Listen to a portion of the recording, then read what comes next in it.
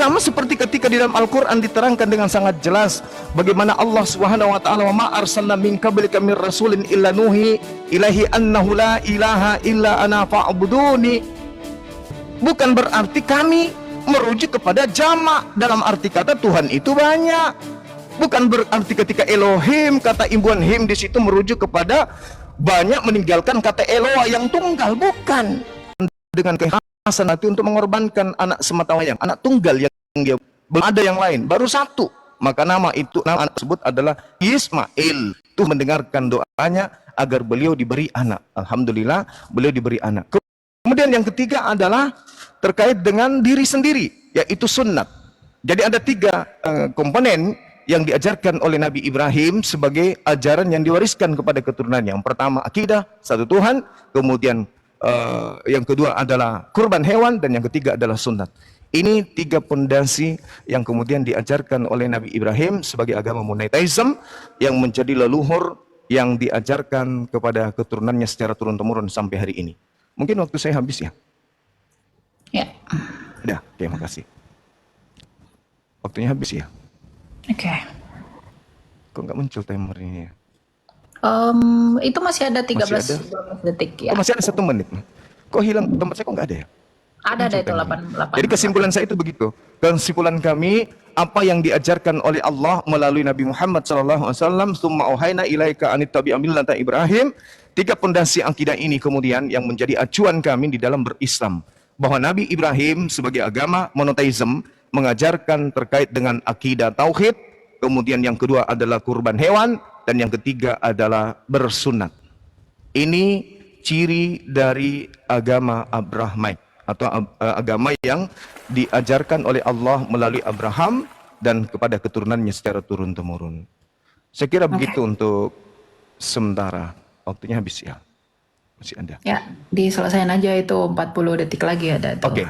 Jadi kesimpulan saya bahwa Nabi Ishak mengajarkan hal ini kepada keturunannya dari Nabi Ibrahim sampai kepada yang kita tahu hari ini mereka masih melakoni. Begitu juga Nabi Ismail alaihissalam masih menjalankan 3 poin ini kepada keturunannya.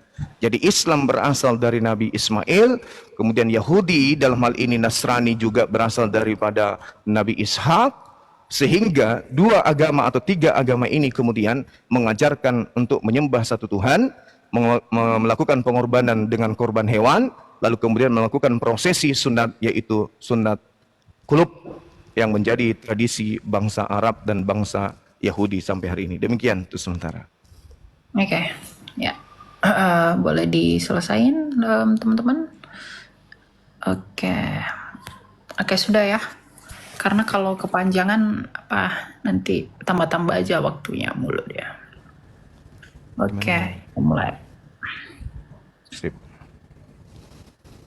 Oke, jadi teman-teman, kita tadi sudah dengerin ya bagaimana perspektif teman-teman muslim mengenai monoteisme Abrahamik. Tapi yang perlu saya garis bawahi adalah kekristenan itu juga merupakan iman yang berasaskan dan berdiri atas nama monoteisme. Ya, coba kita lihat bagaimana pendapat dari Agustinus Martir, Agustinus dari Hippo mengenai Allah kekristenan yang satu. Ya, coba kita lihat ya. Saya coba buka. Saya buka aja pandangan monoteisme Abrahamik dari keyahudian itu sendiri. Ya. Nah, jadi kalau kita bisa mengerti di sini, kita bisa lihat data ini, specific person the Trinity can be distinguished easily in some verses of Genesis.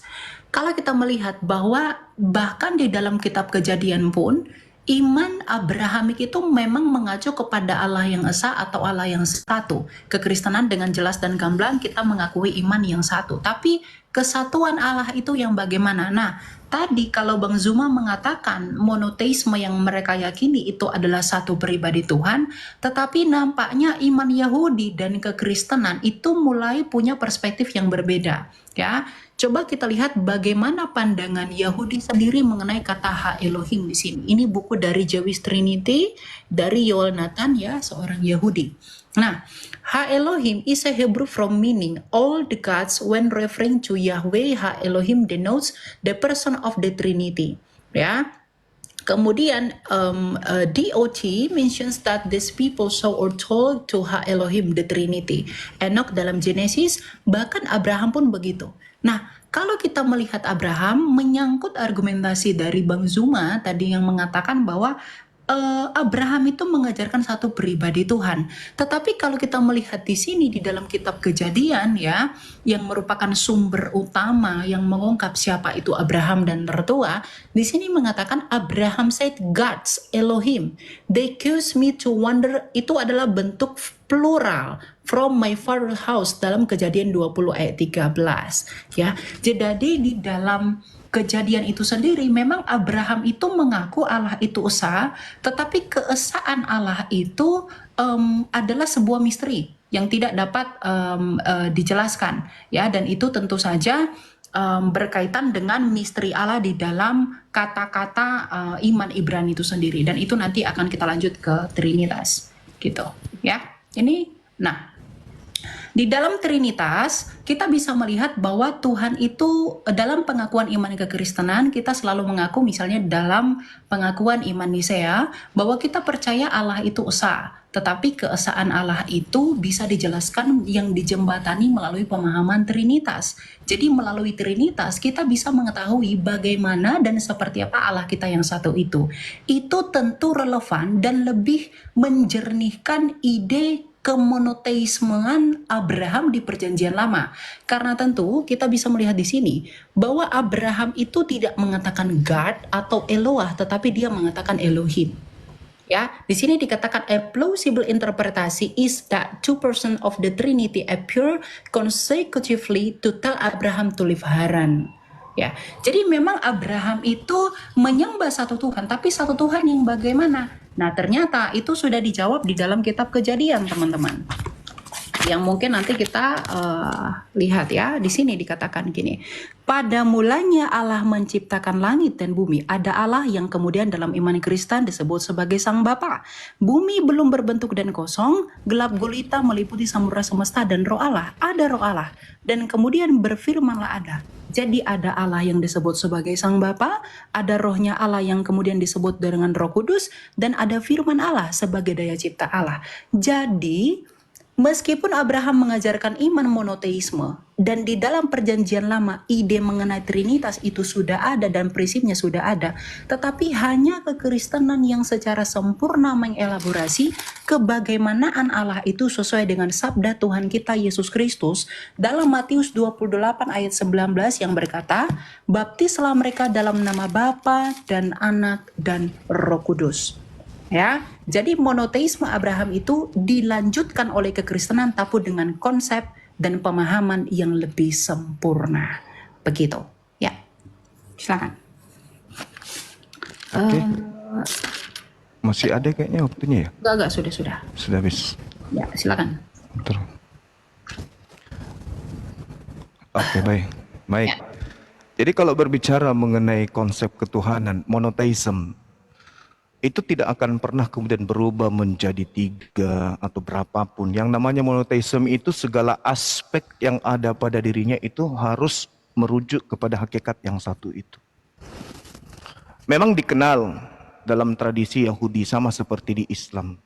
Beberapa kemudian kajian di Islam, misalnya dalam surat Taha, Allah menerangkan bagaimana dirinya, Allahu la ilaha illahu, lahu al-asma'ul husna, dan seterusnya. Bagaimana kemudian Allah menyatakan diri, Tuhan yang satu ini menyatakan diri dengan berbagai macam-macam sifat yang ada pada dirinya. Dan kita kenal di dalam bahasa Ibrani juga ada Eloah, kemudian ada Elohim, ada Elohai, kemudian ada lagi yang disebut Saddai, sifat dan seterusnya. Bukan berarti nama-nama ini merujuk kepada berbagai pribadi, membagi diri dan seterusnya. Karena pencipta langit dan bumi namanya monoteisme, berarti dia menganut ajaran satu tauhid. Seperti misalnya ketika kita berbicara mengenai Yod-Heh-Vav-Heh, seperti di dalam kitabnya saudara-saudara kita Yahudi, bagaimana mereka memperkenalkan Ehye atau Yod-Heh-Vav-Heh atau Hasem yang mereka kenal kemudian. Itu tidak merujuk kepada hakikat yang 2 atau 3, tapi merujuk pada satu hakikat saja. Ini yang perlu dipahami.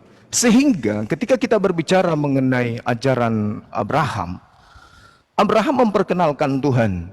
Hanya satu Tuhan, hanya satu pribadi, satu hakikat. Bukan menjadi berbagi-bagi nantinya. Dan itu dianut sampai hari ini oleh orang-orang Yahudi. Ketika mereka mengatakan pribadi, ada yang seperti menjadi anak, ada yang menjadi Roh Kudus. Itu tak ada itu dalam ajaran monoteisme. Itu ajaran yang muncul belakangan. Kenapa demikian?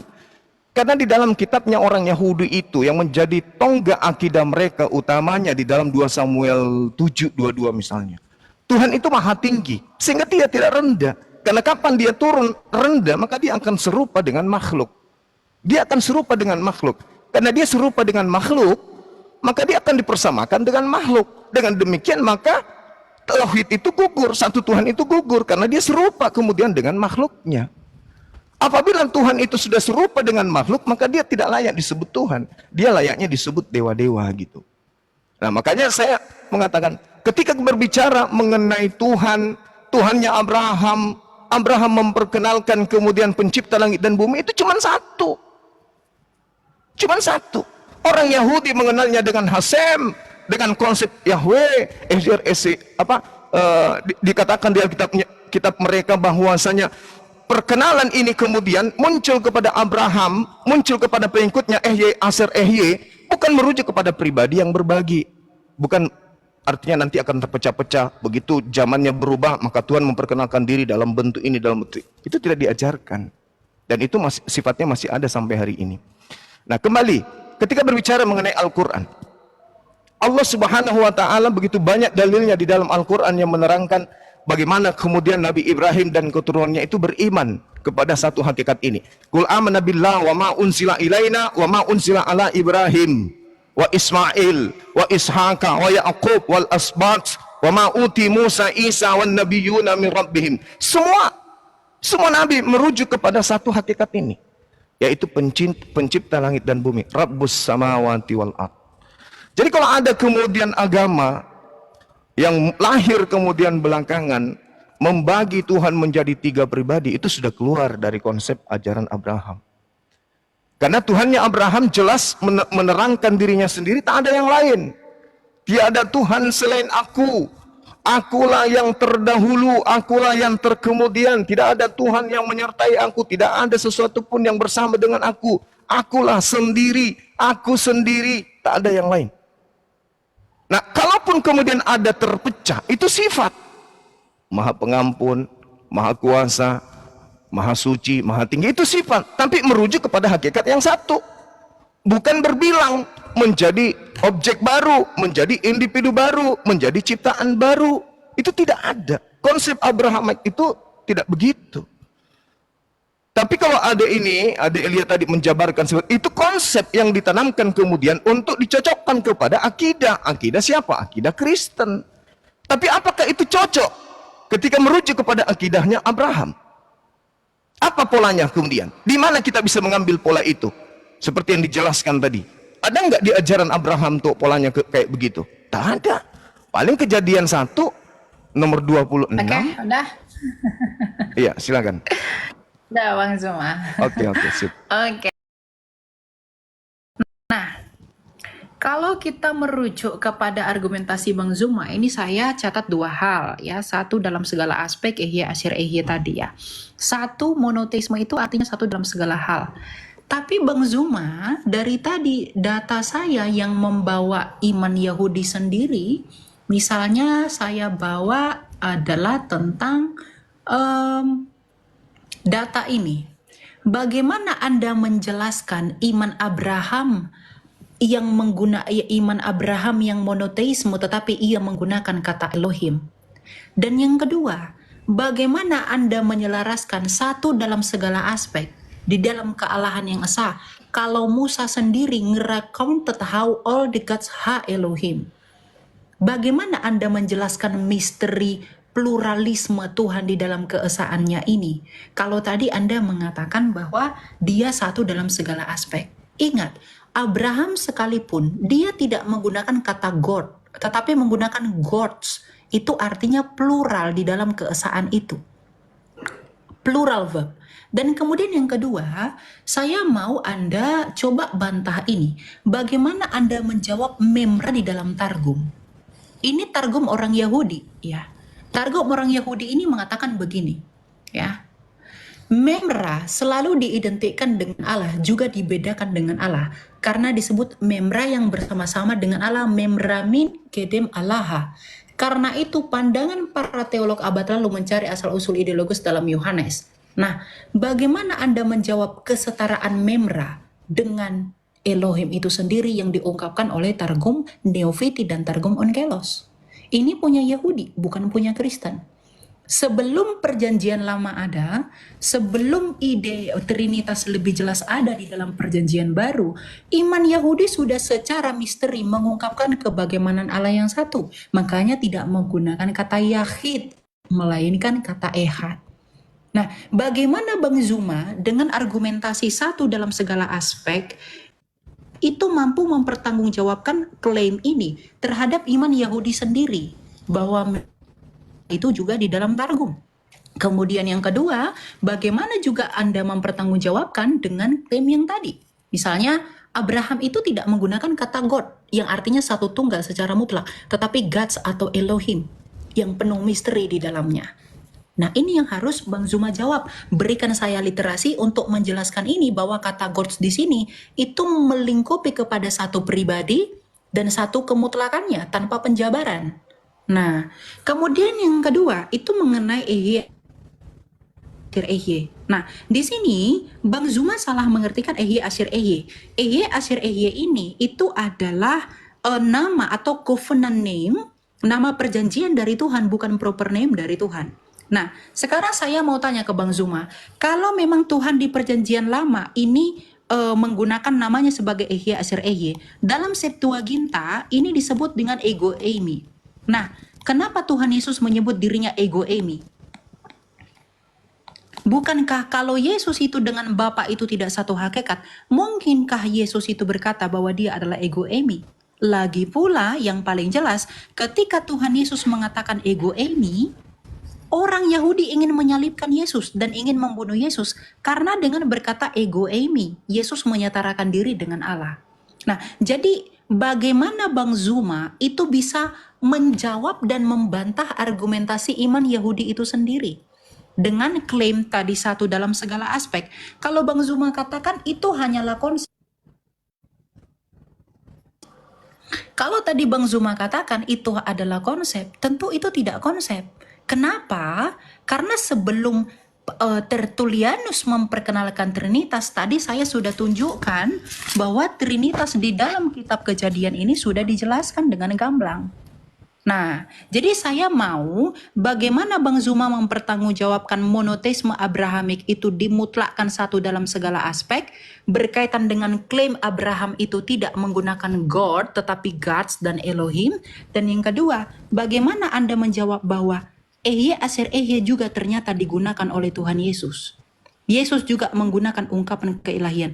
Kalau dia tidak sehakikat dengan Bapa, mungkinkah Yesus menggunakan Ehye Asir Ehye yang dalam bahasa Yunani disebut ego eimi yang juga dipakai Tuhan? Dan buktinya juga orang Yahudi ingin menyalibkan Yesus dengan menyebutkan ego eimi. Begitu. Coba bagaimana penjabarannya? Silakan. Gitu ya. Sudah selesai. Silakan Bang Zuma. Oke.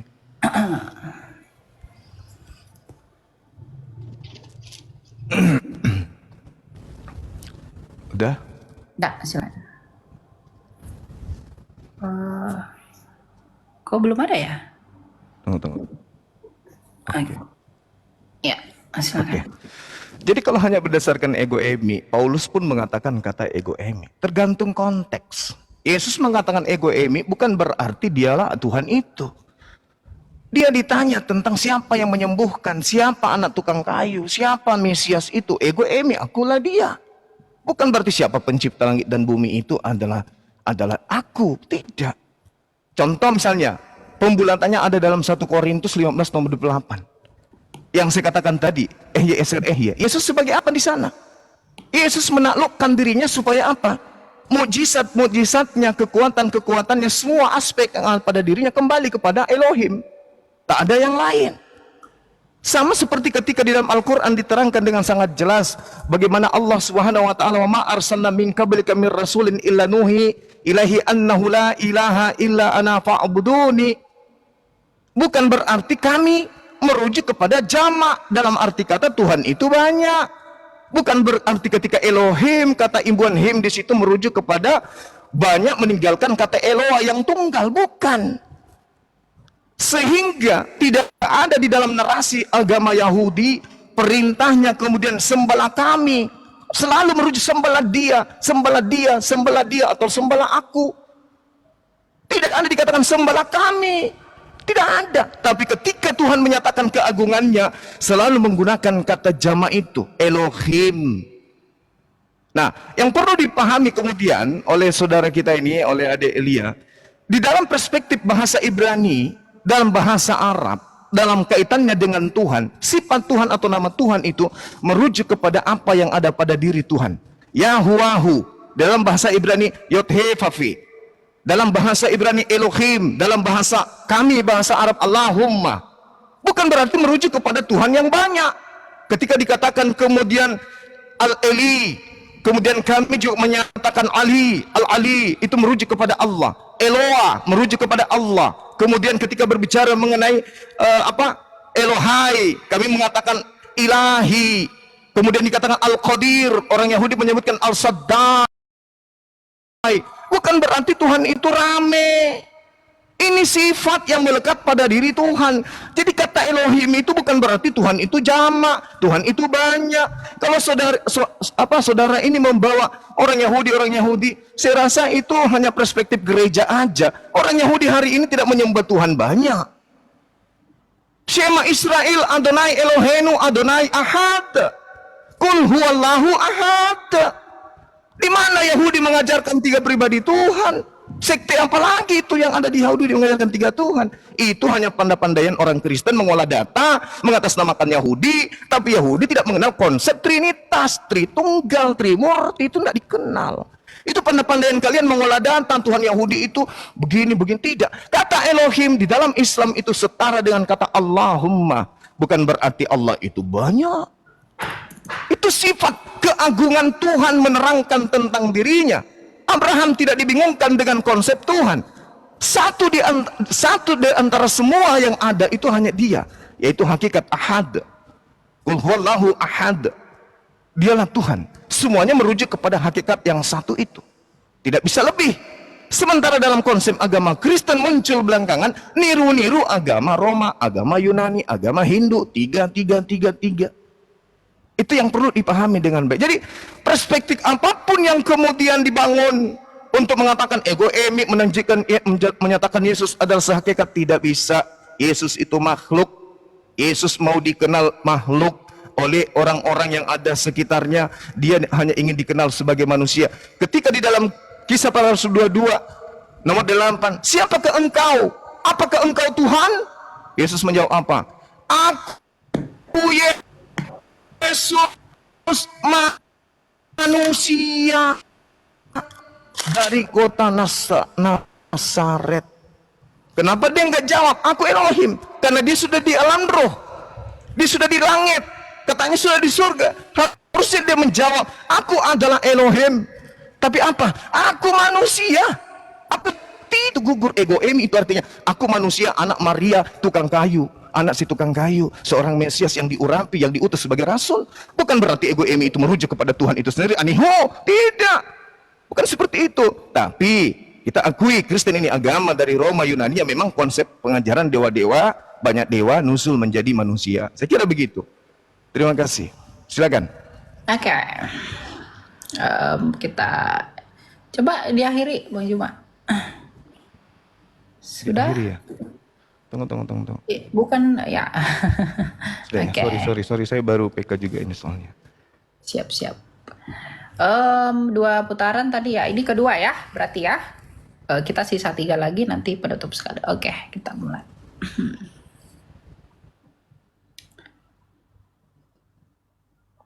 Oke, ya. Yang pertama tentang ego emi, bahwa Rasul Paulus juga menggunakan ego emi. Yang kedua Elohim, Tuhan banyak. Yang ketiga Tuhan Yesus adalah makhluk ya. Yang pertama ego emi. Kalau memang Rasul Paulus mengatakan bahwa dia adalah ego eimi, lalu adakah orang Yahudi yang ingin membunuh dia karena dia menyetarakan dirinya dengan Allah? Lalu kenapa Yesus dengan berkata ego eimi dan klaim dari dirinya, lalu Yesus itu ingin dibunuh oleh orang Yahudi karena dengan berkata demikian ia menyamakan dirinya dengan Allah? Itu yang pertama. Kemudian yang kedua, mengenai Elohim itu adalah Tuhan yang banyak. Nah, saya tidak menyatakan bahwa Elohim itu merujuk kepada Tuhan yang banyak, tetapi Elohim itu merujuk kepada uncompounded singleness dari keesaan Allah itu. Bagaimana penjabaran Allah yang esa itu dijelaskan oleh kata Elohim itu tadi. Dan ternyata ya iman Yahudi pun mengakui itu. Nih, sementara saya tunjukkan ya. Bahwa Tuhan itu, ini tadi yang saya selalu membawa ini ya, biar Bang Zuma itu coba bantah saya dengan data ya. Ini, coba ini Bang Zuma diperhatikan. Demala Yahweh di dalam Keluaran 3 ayat 2 ya, Exodus said he was the El Shaddai. El Shaddai ini bukan nama orang sembarangan karena El ini Elohim who appeared to the Patria dalam Kejadian 17 ayat 1. Nah, lalu kenapa malah Yahweh ini juga disebut sebagai Yahweh kalau memang Tuhan, kalau Allah itu hanya satu mutlak secara tunggal dalam pribadinya? Bagaimana Bang Zuma menjawab ini? Kemudian yang kedua, yang mau saya concern itu adalah tadi Bang Zuma sama sekali tidak menjawab atau membantah mengenai memra yang di dalam Targum. Bang Zuma kalau katakan ini buatan orang Kristen, mohon maaf, Anda boleh cek Targum Neofiti dan juga Targum Onkelos. Kenapa memra dan juga Elohim itu setara dalam hal ini? Kalau memang memra dan Elohim itu tidak setara, lalu kenapa di dalam Targum itu dikatakan setara? Dapat dibedakan tetapi satu dalam hakikat dan itu setara ya. Memra ini adalah bahasa Aram dari firman, dan ternyata iman Yahudi ini digenapi di dalam iman kekristenan dengan sempurna. Pada mulanya adalah firman, firman itu bersama-sama dengan Allah dan firman itu adalah Allah. Firman itu hakikatnya adalah Allah. Maka iman kekristenan ini yang muncul belakangan dari iman Yahudi itu menggenapi tulisan-tulisan yang ada di dalam misteri iman Yahudi. Artinya iman kekristenan itu menjadi solusi atas misteri kebagaimanaan Allah yang masih terbayang-bayang di dalam perjanjian lama. Nah, makanya kalau tadi Bang Juma katakan Yesus itu adalah makhluk, Yesus itu adalah firman Allah yang menjadi manusia, Yohanes 1 ayat 14. Nah, kalau firman itu adalah Allah, dan kalau firman itu bersama-sama dengan Allah dan firman itu adalah Allah, artinya kami itu memonoteisme Allah. Coba kalau Bang Juma saya tanyakan, kalau misalnya firman Allah itu bukan Allah, apakah firman Allah itu kekal? Kalau firman Allah itu kekal, berarti kalau firman Allah itu bukan Allah, berarti ada berapa yang kekal? Ada 2 yang kekal. Berarti sebenarnya bukan monoteisme. Kalau firman Allah bukan Allah, tapi iman kekristenan dengan sempurna, firman Allah adalah Allah. Artinya kami memonoteismekan Allah. Kalau di dalam iman Bang Zuma, firman Allah bukanlah Allah, dan firman Allah itu kekal dan Allah itu kekal, ada berapa Allah? Berarti ada lebih dari satu Allah. Ya, jadi coba bagaimana Anda menjawab pertanyaan saya tadi, dan juga bagaimana konteks ketika Kristus itu mengakui dirinya sebagai ego eimi lalu orang membunuh dia. Rasul Paulus bukan orang yang mau dibunuh. Rasul Paulus dulunya adalah pembunuh. Ya, makanya iman kami Trinitas itu sama sekali tidak berbicara tentang jumlah-jumlah Tuhan. Itu dibuktikan dari apa? Ini ya, tulisan dari Yohanes dari Damaskus di abad ke-7 yang menentang Saracen. Ya, ini dikatakan the Trinitarian belief of John of Damascus. Yohanes dari Damaskus, faith is the third part of his life work of his founder Naulesus, which has written around 743 after day. Ya, nah jadi bagaimana Bang Zuma bisa menjawab ini? Jadi klaim yang tadi Bang Juma sampaikan ternyata itu berbenturan sendiri dengan literasi keyahudian itu sendiri. Coba saya mau data yang menentang memra dalam Targum ini. Dan tentang prinsip linguistik ini tadi yang saya bawa, iman Abraham ini. Ya. Coba ini dijelaskan bagaimana menilainya. Gitu. Ya, silakan. Dah, Ya. sudah ya? Oke, sebentar. Oke, terima aja. Iya, baik. Jadi kalau dalam hal yang saudara saya katakan itu, dalam targum itu, sederhana bagi kami umat Islam. Innama amruhu ita arada syai'an ayyakula lahu kun fayakun. Mazmur 33 nomor 9. Itu datanya. Saya nggak perlu nunjukkan. Yesaya 55 nomor 11. Itu terjawab semua. Tuhan ketika ingin mengadakan pribadi baru di luar dirinya, cukup berfirman. Memberi perintah semuanya jadi. Memberi titah semuanya ada. Mazmur 33 nomor 9. Begitu juga dalam Al-Quran. Innama amroh, ketika Allah punya urusan ingin mengadakan sesuatu, cukup mengatakan jadi. Yesaya 55 nomor 11. Segala yang keluar dari Tuhan tidak akan kembali dengan sia-sia sebelum yang keluar dari mulutnya itu terjadi. Tuhan menginginkan Maria hamil. Tuhan cuma berfirman. Gabriel datang ke wanita itu, aku mau dia hamil, melahirkan anak. Jadi, pada mulanya adalah firman. Pada mulanya adalah keinginan. Keinginan ide Tuhan bersama-sama dengan Tuhan. Itu sifat. Tapi Yesus ini bukan firman. Yesus ini daging. Firman itu menjadi daging. Jedar. Jadi daging dia. Siapa bilang bahwa Yesus itu firman? Tidak. Yesus sebelum jadi daging pada mulanya adalah firman. Alam semesta ini sebelum jadi bumi pada mulanya adalah firman. Tuhan menciptakan segala sesuatunya dari firman. Jadi tidak ada kemudian asas yang bisa kita anulir dalam logika sehat. Yesus itu firman.